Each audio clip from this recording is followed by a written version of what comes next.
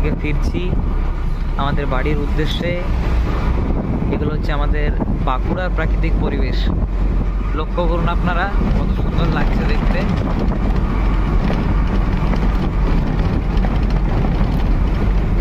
খুব সুন্দর মনোরম পরিবেশ, প্রাকৃতিক পরিবেশ।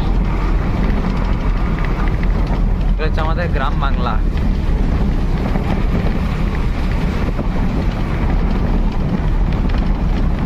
এখন শহরাঞ্চলে এইসব প্রাকৃতিক পরিবেশ দেখতে পাবেন না। এই আমাদের বাঁকুড়া, পুরুলিয়া এইসব জায়গায় এখনো পর্যন্ত ধরে রেখেছে আমাদের এই সংস্কৃতিকে, আমাদের এই প্রাকৃতিক পরিবেশকে।